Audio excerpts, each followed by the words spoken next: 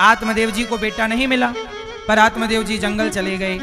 एक संत जी से कहने लगे बेटा दे दो। संत जी बोले तेरे भाग्य में तो मैं देख रहा हूं 7 जन्म तक पुत्र नहीं है। तेरे भाग्य की रेखा कह रही है कि तेरे कोई बेटा नहीं है। आत्मदेव जी रोए, महाराज ऐसा ना कहो, 1 जन्म तो कट नहीं रहा है, आपने 7 जन्म की बात कह दी। आप तो संत हो, आप मुझे पुत्र दे सकते हो, 1 बेटा तो दे दो।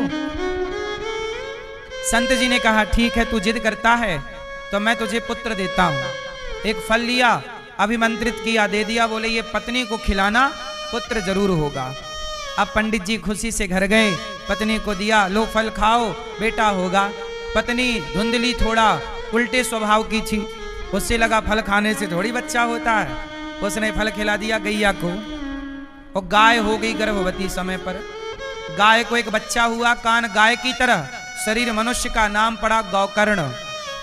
और धुंधली की बहन का बेटा हुआ तो पैसों से खरीद लिया, पैसा बहन को दे दिया, पुत्र खरीदा। कहा मैं धुंधली तो मेरे पुत्र का नाम धुंधकारी। धुंधकारी और गौकर्ण दोनों साथ में रहते, खाते खेलते, पर दोनों के संस्कार अलग अलग। जब धुंधकारी बड़ा हुआ तो बड़ा दुष्ट निकला, उसने अपने बाप को मारा। आत्मदेव जी पिट रहे हैं भगवान की तरफ, हे भगवान ऐसा बेटा क्यों दे दिया, मार रहा। तब फिर गौकर्ण जी आए, संत जी आए। संत जी ने कहा क्यों रो रहा है? गौकर्ण जी ने कहा पिताजी क्यों रो रहे हो? बोले बेटे ने मारा। गौकर्ण जी ने कहा कि एक संत जी ने रोका था कि बेटा मत चाहो, ईश्वर नहीं देना चाहते और तुम जबरदस्ती करोगे तो मिल तो जाएगा,